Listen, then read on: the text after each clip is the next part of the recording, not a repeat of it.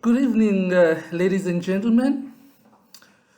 Today being Sunday, the 26th of April 2026, I'd like to welcome you once more to our channel where we seek to engage on issues pertaining to innovations and developments in the sciences and engineering and technology and their impact on development of African people of the African continent.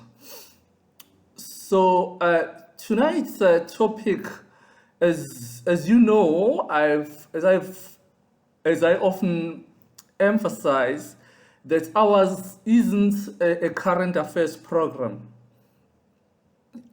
It's about technology, innovation, and development of people. But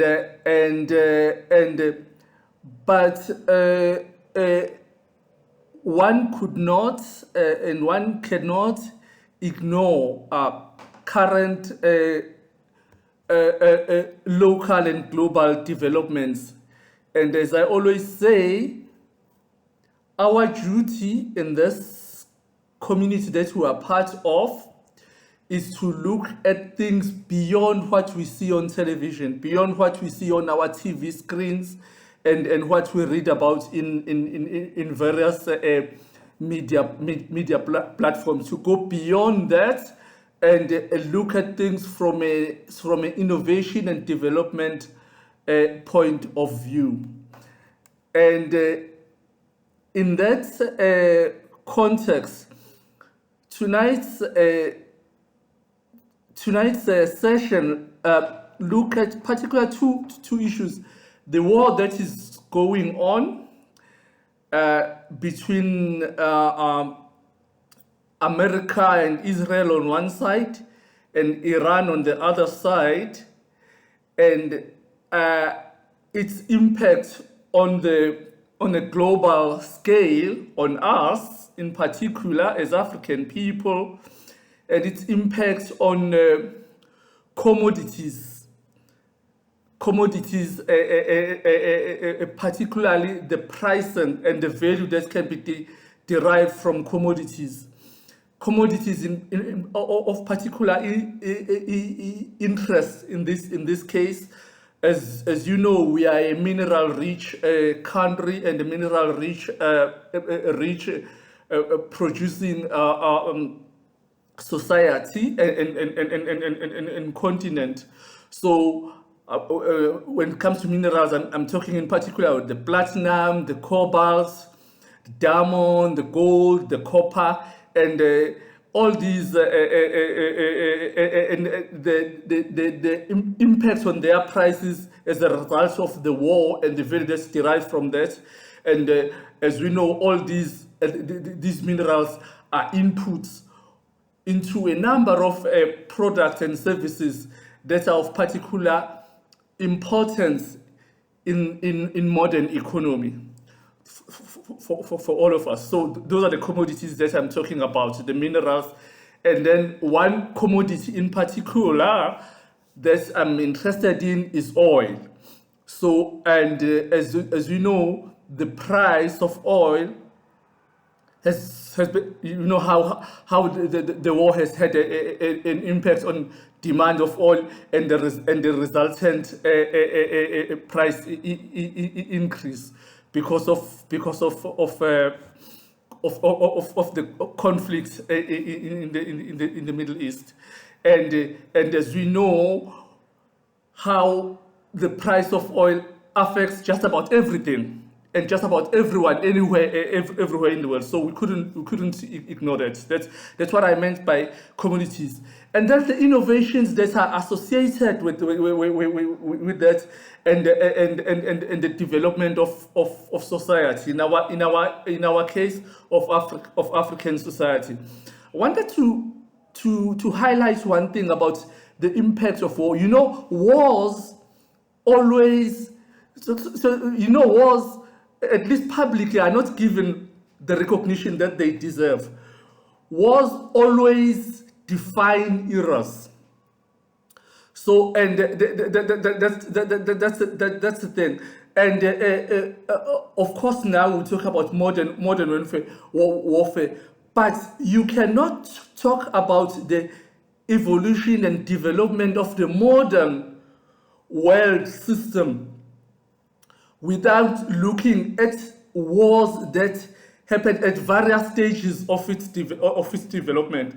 That's why this particular war, this war that's going on between Israel, America, and Iran is of particular importance to us and to the rest of the world, because it defines the era. It defines era, and it has the potential of defining era, whether we like it or not, or whether that is expressed and acknowledged publicly by the antagonists, by participants. That's another issue. And then, and of particular interest, I said, like in our case, we look at all these the realities, these harsh realities that are imposed on us by this war. And then I challenge you, I challenge all of us to say, how do we, as African people, as South Africans, as members of the innovation community? I always say that. That's why I say, as you know, I always stress that ours is a channel like no other. So, and it never, and it's unapologetically so, and it has never sought to repeat what is in the current affairs space as standard. We want to look at things differently. Well, we want to go beyond what we are bombarded with every day. So that's why I'm saying like the question, and I always drive this point. The question that I like to pose to you, to all of us, that I like us to grapple with and engage with under the current situation with the current local and global, and particularly global environments, developments in the military and economic spheres, and as how then do we, as members of the innovation community, respond to these challenges? And it's a challenge that I would like us as society to throw back at leadership, in particular in the public and private sectors of our society and civil society, and in particular to individual practitioners in the national system of innovation in South Africa, and say, given all these factors that are imposed on us as African people by the conflict that's going on globally in the Middle East, how do we utilize innovation as a way of responding for now and long term?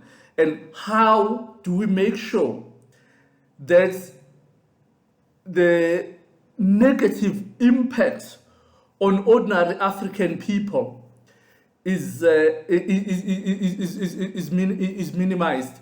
And how do we make sure that in the long run, given the resources that we have and the abilities that we have or should have or should have. How do we respond to the current realities?